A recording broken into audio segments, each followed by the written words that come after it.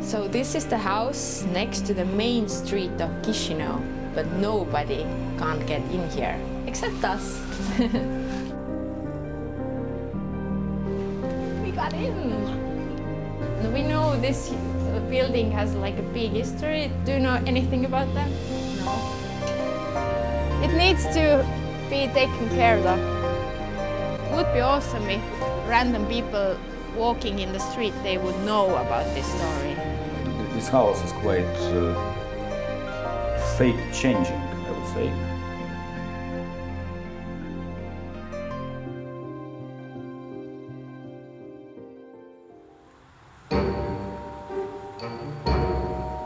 This is Chisinau, the capital city of Moldova, where officially 500,000 people reside. Traveling around this country, I have noticed how undiscovered the history here could be. Towering block buildings dominate the landscape, casting a shadow over the life that once thrived here. But fortunately, we have old buildings that serve as silent witnesses to times long gone. However, some places need a reminder to dust off the storybooks of humankind.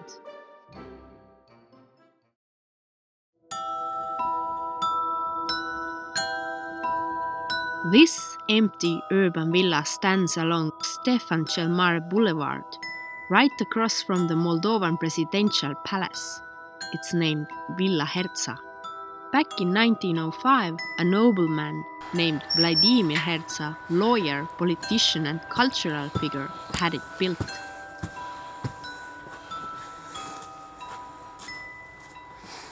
So this is the house next to the main street of Chisinau, but nobody can't get in here, except us. Let's go and see what it's about.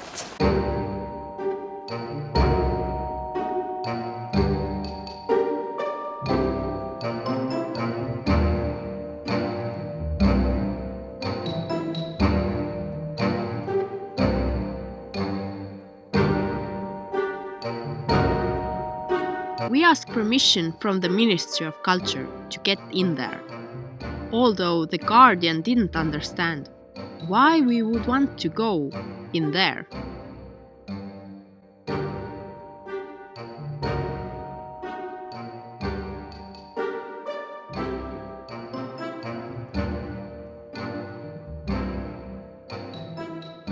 And I can't believe that it's closed for public. Is there many more that kind of buildings in Chisinau? Or the one and only is closed off? Vladimir Herza wore many hats, even serving as the mayor of Chisinau. His villa had quite a journey. It served as a home for officers, transformed into a modern theatre, and later became the headquarters for the Ministry of Bessarabia.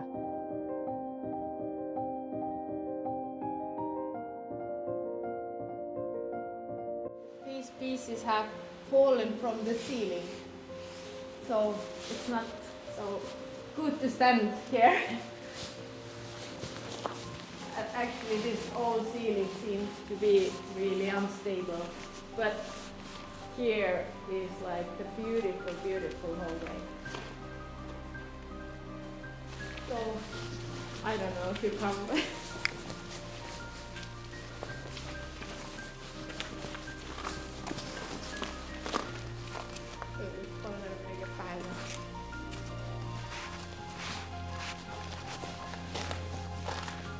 This is the main store, no? This is the front door. No, actually not. This is not the main door? Yeah, it goes to the balcony. After Vladimir Herza passed away, it was reborn as an art gallery. Nowadays, most people only know his house in the city center, a fancy building somehow named Villa Herza.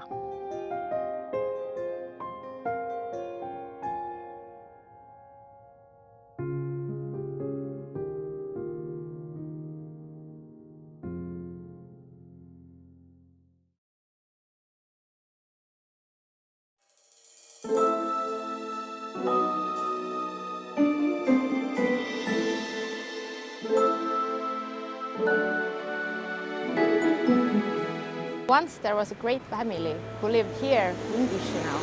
So this great family gave Chisinau a lot. Some mayors, some buildings. Actually, they built this church. The Sinadino family, originally from Greece, migrated to Moldova, then known as Bessarabia. In the late 19th century, two brothers undertook the construction of a church as a tribute to their parents, using their personal resources. Their father had previously served as the mayor of Chisinau. Beyond the church project, the family's influence extended to the establishment of banks and maritime company. Remarkably, one of their sons followed in his grandfather's footsteps by becoming the mayor of Chisinau once again. So, this building was actually their family house. I wonder who lives in here right now. It needs to be taken care of. I don't think we can knock because there's a lock in there, but... And we know this building has like a big history. It belonged to this family of Sinadino. Do you know? Do you know anything about them? No. Even figures like that will eventually fade from memory.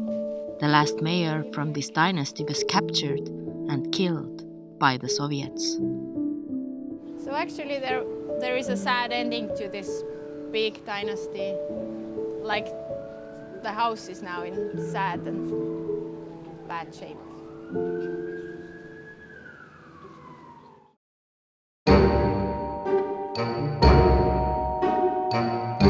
See where these trees are, Yeah. but because that place is not very good for a monument, they decided to put it here at the crossroads.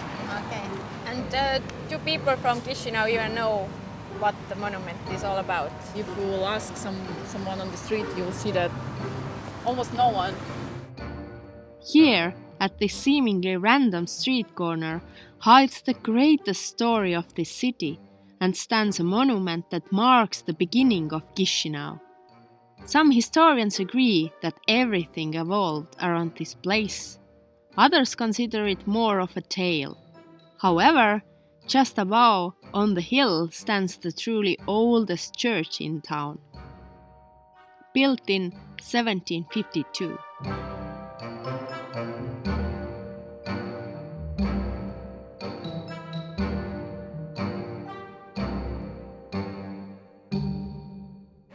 The theory on which the most historians agree is that Chisinau started from this archaic word Kislanova, which means the new spring. So here was the place where the new spring were located, new springs.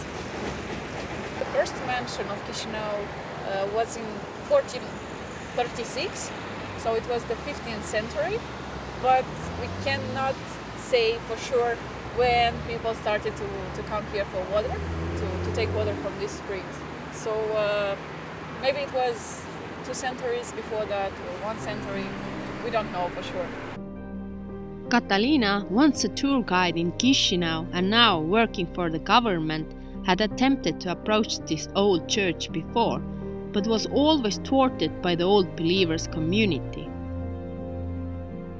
So our expectations were minimal, perhaps just to admire the old church from a distance. However, to our surprise, the gate was open, and nobody seemed to care about our presence.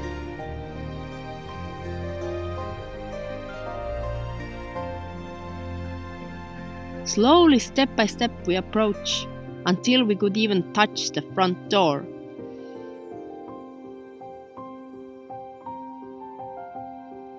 Though closed, we were amazed. Clearly, something had changed.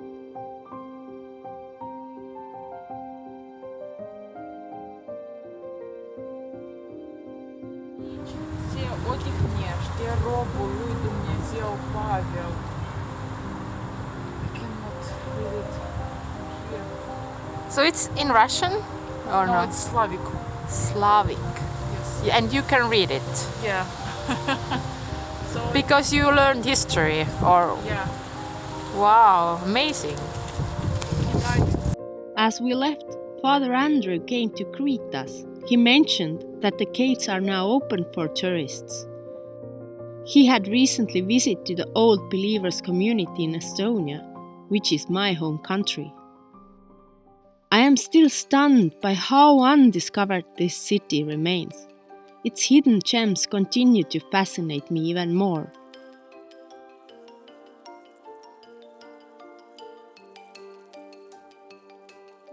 Right now we are in the process of rediscovering Chisinau.